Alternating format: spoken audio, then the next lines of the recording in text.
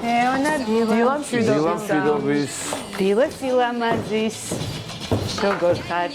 კარგად, თავად კარგად, მადლობა. როგორ ხარ სტუდიასაც, beauty box-საც და ყველაფერს. დიდი მადლობა. დიდი მადლობა. დღეს ვისაუბრებთ პლასტიკურ ქირურგიაზე. ამას ველოდი მოვესწარ. თემიკო აპირებ რამე პლასტიკურ ხო მინდა რაღაცები კორექტივები შევიტანო. ხო და დღეს მაშინ ძალიან საინტერესო გადაცემა გველოდება. ჩვენს beauty box-ის გამომწერებს ალბათ კარგად ახსოვთ, რომ საახალწლო ბოქსში მათ დახვდათ ლიდერმედის 500 ლარიანი ვაუჩერი პლასტიკური ქირურგიის სერვისებზე და ეს ვაუჩერი გაგახსენებთ, რომ აქტიური არის ივნისის ბოლომდე. და დღეს მოგიყვებით ლიდერმედის შესახებაც და გვეყოლება მათი წამყვანი პლასტიკური ქირურგის სტუმრად. ლიდერმედი არის კლინიკა 25 წლიანი გამოცდილებით, რომელიც გამოირჩევა ინოვაციური მიდგომებით და სამედიცინო სერვისების ფართო არჩევანით. თანაც ლიდერმედი თავის 25 წლის იუბილესთან დაკავშირებით თავის პაციენტებს თავაზობს 25%-იან ფასდაკლებას 31 მარტის ჩათვლით ნებისმიერ ოპერაციაზე თუ სხვადასხვა ჩარევებზე და დღეს სტუმრად გვეყოლება ლიდერმედის წამყვანი პლასტიკური და რეკონსტრუქციული ქირურგი, რომელსაც 17 წლიანი გამოცდილება აქვს. მან ბარსელონაში მიიღო განათლება და ბევრ ევროპის სხვადასხვა ქვეყანაში გავლილი აქვს პრაქტიკა და აქამდე 5000-ზე მეტი წარმატებული პლასტიკური ოპერაცია თუ პროცედურა აქვს ჩატარებული და დღეს ის ჩვენი სტუმარია ლაშა ოსეფაიშვილი. ლაშა, მადლობა, რომ ხართ ჩვენთან ერთად და დღეს უნდა ვისაუბროთ პლასტიკური ქირურგიის ახალ მიდგომებზე, ყველაზე მოთხოვნად პროცედურებზე. მინდა რომ აქცენტი გავაკეთოთ იმ პროცედურაზე, რომელზეც ძალიან ყველაზე მეტი კითხვა შემოვიდა ჩვენთან beauty box-ში აი ამ ვაუჩერის შემდეგ. ეს არის სახის დაჭიმვა, როგორც ჩანს, ბევრს აინტერესებს ამის შესახებ ყველაფერი და მოდი დავიწყოთ ჯერ პლასტიკურ ქირურგიაში ახალ ტენდენციებზე. მოგესალმებით კიდევ ერთხელ, მადლობას გიხდით მოწვევისთვის. ვისარგებლებ შემთხვევით და ქალბატონებს მარტის დღესასწაულს მოგილოცავთ. რაც შეეხება ტენდენციებს, ზოგადად მსოფლიოში მეტაკლების ისწრაფით იცვლება ხოლმე ტენდენციები პლასტიკურ ქირურგიაშიც მათ შორის და ეს ტენდენციები როგორც წესი ძალიან სწრაფი ტემპით პოვებს ასახოს ქართულ რეალობაშიც, იმიტომ რომ ჩვენი პლასტიკური ქირურგიის ბაზარიც, ასე ვთქვათ, ვიტყვი რომ ძალიან სწრაფად ვითარდება და ტოლს არუდებს ევროპის და მსოფლიოს მოწინავე ტექნოლოგიებს. ნამდვილად. ტენდენციები ზოგადად, როგორც აღნიშნეთ, ცვალებადია, თუ გარკვეული 10-12 წლის წინ იყო რაღაც ოპერაციები, განსაკუთრებით რინოპლასტიკა, მამოპლასტიკა წამყვან პოზიციებზე, დღეს ეს ტენდენციები გარკვეულწილად იცვლება და რაც ბრძანეთ სახის ოპერაციები და სახის პროცედურები, ვერ ვიტყვი რომ პირველ ადგილზეა, თუმცა ძალიან სწრაფი ტემპით ვითარდება და ეს აისახება რაოდენობაზეც, ხარისხზეც, პროცედურების და ოპერაციების. პირველ ადგილზე ისევ მკერდია. ეს სტატისტიკა ზოგადად წლების მიხედვით იცვლება, თუმცა მკერდის, მამოპლასტიკა და რინოპლასტიკა დღემდე ასე ვთქვათ, ფაკუთხედად ითვლება ისე როგორც მსოფლიოშიც, ასევე ჩვენთანაც ესთეტიკური ქირურგიის კუთხით განსაკუთრებით. მე ძალიან ბევრჯერ გამიგია, რომ უცხოეთიდან ჩამოდიან სპეციალურად საქართველოში სხვადასხვა პლასტიკური ოპერაციების ჩასატარებლად, იმიტომ რომ ნამდვილად ყავს ძალიან კარგი ექიმები, ქირურგები და ნამდვილად ასე ვთქვათ, ძალიან მაღალ დონეზეა ეს სფერო ჩვენთან. სამედიცინო ტურიზმის და განსაკუთრებით პლასტიკური ქირურგიის მიმართულებით პოპულარიზაცია მსოფლიოში განაპირობებს ის, რომ როგორც აღნიშნეთ, პლასტიკური ქირურგია ჩვენთან ძალიან სწრაფი ტემპით ვითარდება და რა თქმა უნდა, ერთ-ერთი ძირითადი მიზეზი გახლავთ ფასები და ხელმისაწვდომობა განსხვავებით დასავლურ ევროპულ და ამერიკულ კლინიკებთან შედარებით, რა თქმა უნდა, ფასები ჩვენთან საგრძნობლად ჯერადად განსხვავებულია და არა მარტო ფასები. ინდივიდუალობა ამ კუთხითაც გააჩნია. დიახ და აი ეხა უკვე ვთქვით რომ რომელია ნუცამაც იკითხა რომელია ყველაზე მოთხოვნადი პროცედურა და აი მაინც ჩვენ რასაც გვეკითხებიან ყველაზე ხშირად ვისაუბროთ აი ამ სახის დაჭიმვაზე მე ვიცი რომ შეიცვალა მიდგომები მაგალითად რეაბილიტაციის პერიოდი გახდა ბევრად უფრო მოკლე და მაინტერესებს რამ განაპირობა ეს ასევე გაქვთ თუ არა ინდივიდუალური მიდგომა პაციენტებთან, იმიტომ რომ გახსოვთ ალბათ, რომ სახე გადაჭიმული ქალები რაღაც ყველა ერთნაირები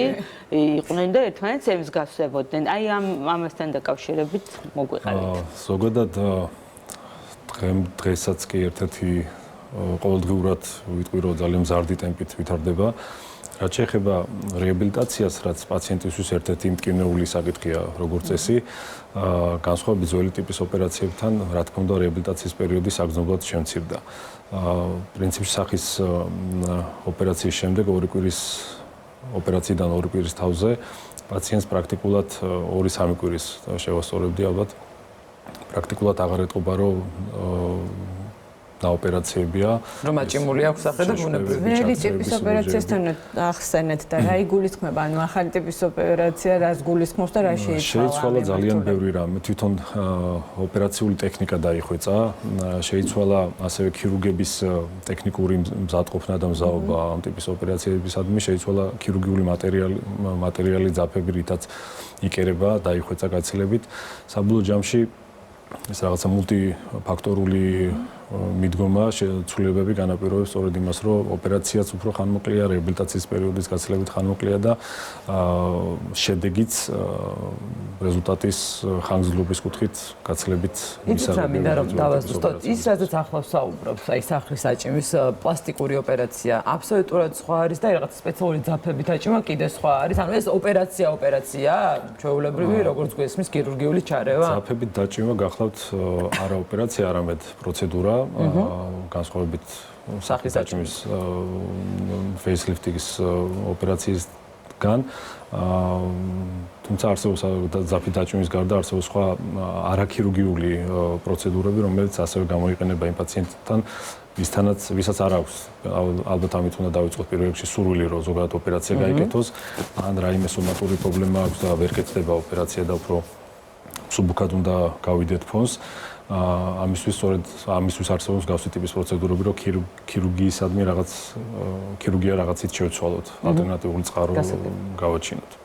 და აი ნინიკომ რო იკითხა მთავარი განსხვავება ჩემი აზრით აი ძველ მიდგომასთან დაკავშირებით და ახლანდელთან არის ისიც რომ ადრე ეს აჭიმვა ხდებოდა მთლიანად მთელი სახის და ეხლა უკვე შეგიძლია კონკრეტული ზონების მიხედვით ხო მართალი ვარ ლაშა ანუ თუ ქვედან ოვალის ნაწილი გაქვს ასაჭიმი მარტო იმას გაიკეთებ მაგრამ ამ შემთხვევაში ხო კითხვა მაქვს ასეთი რომ დაუშვათ თუ გაიკეთე ოვალის ნაწილში აჭიმვა მერე სახის ზედა ნაწილი თვალი შუბლი მეტად მოშვებული ხო არ გამოჩნდება აი თქვენ როგორ ფიქრობთ, ერთად ჯობია ამ ზონების გაკეთება თუ ცალ-ცალკე შეიძლება სასურველი? გახლავთ ზოგადად ქირურგიული ანატომიური კუთხით თუ შევხედავთ, პირობითად ყოფთ 3 ძირითად ზონად სახეს, ეს არის ზედა ზონა, რომელშიც შედის შუბლი და წარბები, შუა და ქვედა სახე.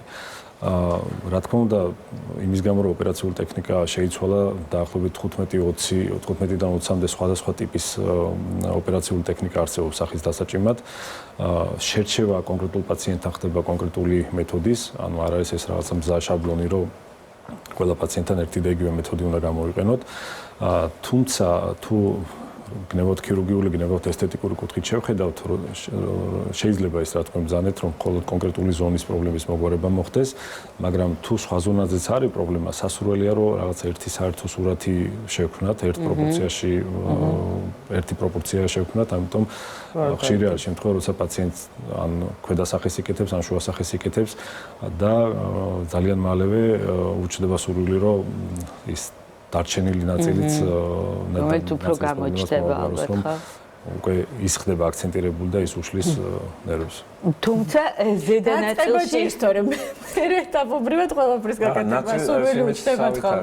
ნაწილ ხო არ გააუთოთ რაღაცა ხო, მაგრამ ზედა ნაწილში ძალიან გვეხმარება ბოტოქსი, რომელიც ასე თუ ისე აგვარებს აი ამ პრობლემებს. აი ეს ქვედა ნაწილი არის ხოლმე ძალიან ბოტოქსი და პტოზი ნერვებს გვიშლის ხო? კი.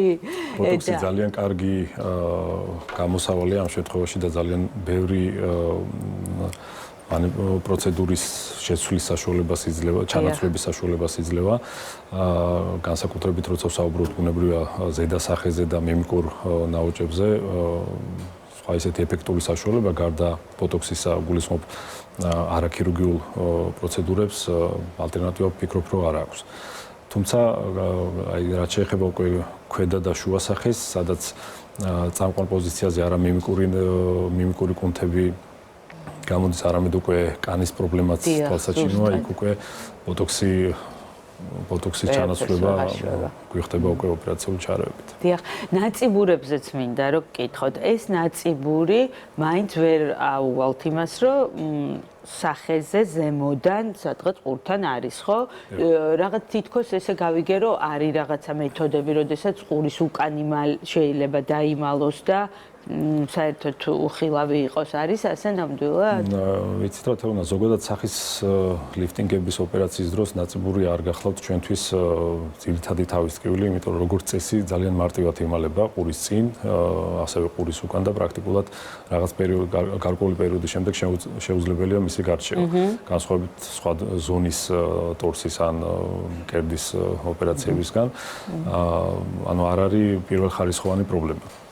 თუმცა არსებობს ასევე სახის ლიფტინგების ენდოსკოპიური ვარიანტები, მცირე ინვაზიური ვარიანტები, სადაც ნაწიბური გაცილებით პატარა არის და პრაქტიკულად შეიძლება ითქვას, რომ ნაწიბურის დატყვების პრობლემა უკაცრავად არ არის.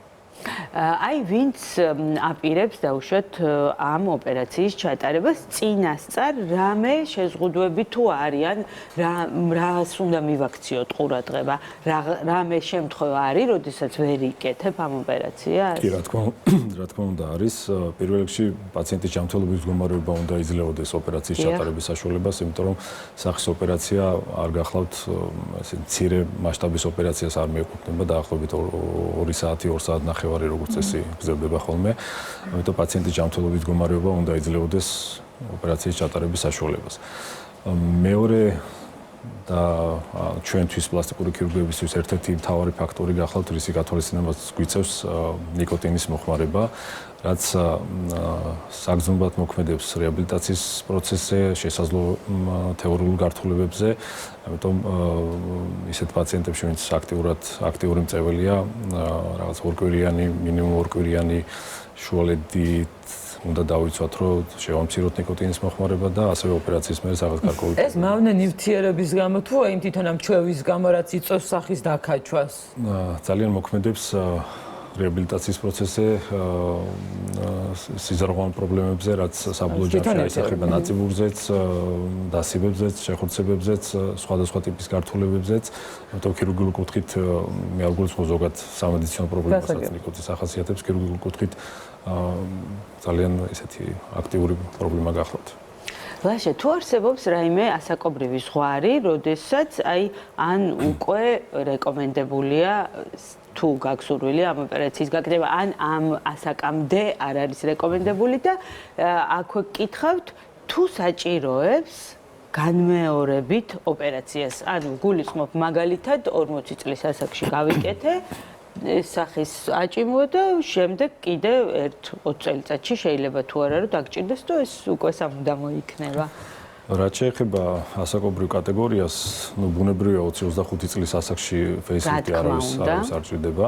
საშუალო სტატისტიკურად თუ ავიღებთ, სახის ლიფტინგის პაციენტების კატეგორიას მიეკუთვნება ასაკობრივად რომ შევხედოთ 40-45 წლის პერიოდი ასაკი. ზედაზღვარი როგორც ასეთი შეზღუდული არ გახლავთ, უბრალოდ ჯანმრთელობის მდგომარეობა უნდა გვაძლევდეს საშუალებას. რაც შეეხება შედეგის ხანგრძლივობას, ზოგადად ბევრი ფაქტორი განაპირობებს. არ არის მხოლოდ ერთი ან ორი ფაქტორი, რომელზეც ვართ დამოკიდებული, რა ხანგრძლივობის იქნება ეს შედეგი. პირველ რიგში ქირურგიული კუთხით თუ შევხედავთ, დამოკიდებულია რომელი ოპერაციული ტექნიკა იქნა გამოყენებული, იმიტომ როგორც აღნიშნეთ, ძალიან დიდი მრავალფეროვნება არსებობს სახის ოპერაციების. პაციენტის მხრიდან დამოკიდებულია გენეტიკას, რასაც ვერ აუვლით გვერდს გენეტიკაზე. დიდი პრობლემა გახლავთ ზოგადად ამ ტიპის ოპერაციებში, ეგრეთ წოდებული წონითი ფლუქტუაციები, ანუ დიდი რაოდენობით მომატება წონაში, მერე უცებ წონის კლება და ზოგიერთი ჯანმრთელობის პრობლემა, დაუშვათ იქ ენდოკრინული დარღვევები, ფარისებრის პრობლემა, დიაბეტი და ასე შემდეგ, რაც ხანგრძლივ პერსპექტივაში აისახება შედეგზეც სამწუხაროდ. თუმცა საშუალო სტატისტიკურად, როგორც წესი, იმის და მიხედვით, რომელი ტიპის ოპერაცია იქნა გამოყენებული და ეს უკვე ქირურგის გადასაწყვეტია კონკრეტულ პაციენტთან, ამას აქვს თავისი ჩვენება, რომელი ტექნიკა უნდა იყოს გამოყენებული. ხანგრძლივობა ვარირებს 7-10, ზოგ შემთხვევაში შეიძლება 15 წლიანი ხანგრძლივობაც კი გქონდეს. თუმცა არის ესე იგი ჯანმრთელობის მდგომარეობის გათვალისწინებით შეიძლება ეს ხანგრძლივობა მკვეთრად შემცირდეს. ანუ ბევრი მულტიფაქტორული პრობლემა არის, ამ რისი გათვალისწინებაც პაციენტთან შეთანხმებით უნდა მოხდეს, რომ პაციენტს კონდეს რეალური წარმოდგენა. და ნიშნავს თუ არა ეს, რაც თქვენ ახლა თქვით, რომ ჯობია რომ რაც შეიძლება გვიან გაიკეთო თუ პირიქით, იმიტომ რომ აი სხვადასხვა აზრი მესმის ხოლმე დღეს თითქოს ამ სფეროში აი პრევენციას დიდი მნიშვნელობა ენიჭება და პირიქით ამბობენ რომ არ უნდა მიიყვანო იქამდე რომ აი უკვე ძალიან გჭირდება ჯობია რომ თავიდანვე როცა შეატყვე რომ რაღაცა ცვლილებებია ასაკობრივი მაშინვე პატარა ჩარევა გაიკეთო და მერე დაამატო აი ეს როგორ ჯობია თქვენი აზრით? ეს ავტომატურად ამას არ ნიშნავს თეონა რომ რაც შეიძლება გვიან გავაკეთოთ ან პირიქით რაც შეიძლება ადრე გავაკეთოთ. გარდა ამისა, თანამედროვე ესთეტიკური მედიცინა, ესთეტიკურ ქირურგიას არ გულისხმობ, იძლევა იმის საშუალებას, რომ რაც შეიძლება გადავაბადოთ სახის ოპერაციები და მაშინვე არ გაკეთდეს, როგორც კი რაღაც პატარა პრობლემა შენიშნა ხალბატონმა თუ მამაკაცმა არ აქვს მნიშვნელობა. თუმცა ოპერაციული ტექნიკა ადრეულ ასაკში გაკეთების დროს არის მკვეთრად ნაკლებად ინვაზიური, ძალიან მცირე, შესაბამისად რეაბილიტაციაც საკმაოდ პროპორციულად ბუნებრივია უფრო მცირეა. ამიტომ ის ოპერაცია, რომელიც კეთდება პირობითად 40 წლის ასაკში, გახლავთ ძალიან ხანმოკლე და ის ოპერაცია, რომელიც შეიძლება თეორიულად გაკეთდეს 60 წლის ასაკში, მკვეთრად განსხვავდება ერთმანეთისგან. ამიტომ ადრე გაკეთების უპირატესობა თუ ბენეფიტებზე ვსაუბრობთ, გახლავთ ის, რომ უფრო გადაავადებს მეორე შესაძლო ოპერაციის დროს. კი ბატონო, აი თქვენ ეხლა როგორც ისაუბრეთ, მე მაინც მგონია, რომ ეს პრევენცია ბევრად უფრო ამარტივებს სიტუაციას და ვიზუალსაც. დიდი არსენალია.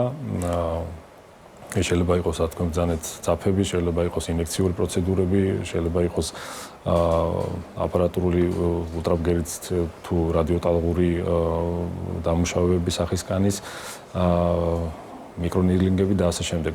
ძალიან დიდი ჩამონათვალია.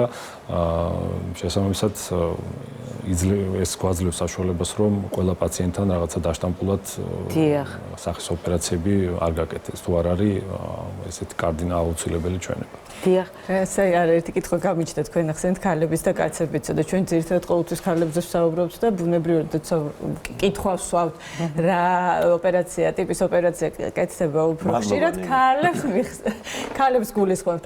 საინტერესოა ამ შემთხვევაში მამაკაცები რა ხშირით და რა პრობლემით, ანუ ყველაზე ხშირად თქვათ მამაკაცებში რა ტიპის ოპერაცია კეთდება? დღეს რადგან სახის ოპერაციებზე ვსაუბრობთ, პრინციპში პრობლემები მამაკაცებშიც იგივეა. როგორც დასაწყისში ვახსენეთ, ტენდენციები ზოგადად შეიცვალა, რაღაცა წლების წინ თუ ძალიან იშვიათი იყო მამაკაცების მიმართვა პლასტიკური ქირურგიისადმი. დღეს ეს რაღაცა სტიგმა, ასე თქვათ, აბსოლუტურად მოხსნილია. მე ვერ ვიტყვი, რომ ამ პროცენტულად მამაკაცები უფრო ხშირად ეკეთებენ ვიდრე ქალბატონები, თუმცა არ ჩამორჩებია. მაგრამ მამაკაცების შემთხვევაში ეს ოვალი ინიღბება დაუშვათ წვერით და ბოტოქს კიდე აქტიურად მიმართავენ მამაკაცები. კი. და ერთი კითხვა. ხო, კარგად შენიღბული გაქვს ოვალი. ერთი კითხვა დამაბარეს უნდა მოვასწრო აუცილებლად. ჩემი ერთ-ერთი მეგობარი გეგმავს ამ ოპერაციას და ეშინია რისი კელოიდისკენ მიდრეკილი აქვს კანი და აი ნაწიბურის შემთხვევაში რო გაუჩნდეს კელოიდი, ამისი ეშინია და ამიტომ იკავებს თავს და რამე გზა არსებობს, რომ კელოიდი გადაითარგმნოს ჯერ. გადაითარგმნოს რა კელოიდი. ნაწიბურზე არსებული გენეტიკურად განპირობებული ნაწიბურის სახეობა, რომელიც ვლინდება მხოლოდ იმ პირებში, ვისაც გენეტიკურად ამის მზაობა აქვთ. შეიძლება ვიღაცასთან ცუდი ნაწიბური დარჩეს, მაგრამ არასოდეს არ დარჩება კელოიდური ნაწიბური, თუ გენეტიკურად ეს არ არის დეტერმინირებული, ასე ვთქვათ. დღევანდელი ქირურგია იძლევა იმის საშუალებას, რომ მაქსიმალურად მოვახდინოთ პრევენცია კელოიდის და არსებობს ასევე კელოიდის სამკურნალო საშუალებები, რომელიც იმ შემთხვევაში თუ პრევენცია ვერ მოხდა იმ დოზითაც ჩვენ გვჭირდებოდა, შემდეგ მოხდეს მისი მენეჯმენტი. ამიტომ ისეთი აბსოლუტური უკუჩვენება, რომ ვისაც კელოიდი აქვს ოპერაცია არ გაკეთდეს, ეს მაინც და მაინც სწორი არ არის ალბათ.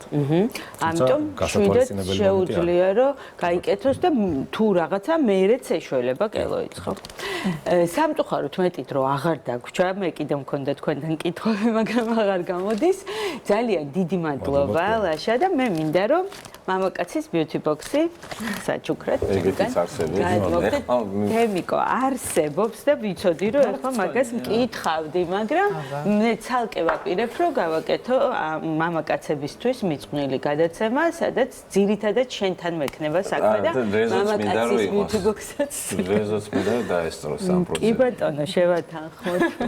დიდი მადლობა. უღმესი მადლობა სტუმრობისთვის და ბოლოს ვისარგებლებ თუ შეიძლება შემთხვევით, იმიტომ რომ თეონამ ძალიან ამომწურავად ისაუბრა ლიდერმეზე, მაგრამ მე რამდენიმე წამში ჩავატევ, რომ მინდა რომ ჩემს საყვარელ ლიდერმეს ლაშასთან ერთად 25 წლის იუბილეი მიულოცო, იმიტომ რომ ეს არის მართლა ერთხელ თუ მოხვედრილ ადამიანი აქ დარწმუნდება, რომ მართლა 60 ისეთი პროფესიონალების ხელში ხარ, მუდმივად ნებისმიერი მიმართულებით და მინდა რომ წინ და წინ ბევრი წარმატება უსურვო ამ კლინიკას. უერთდებით.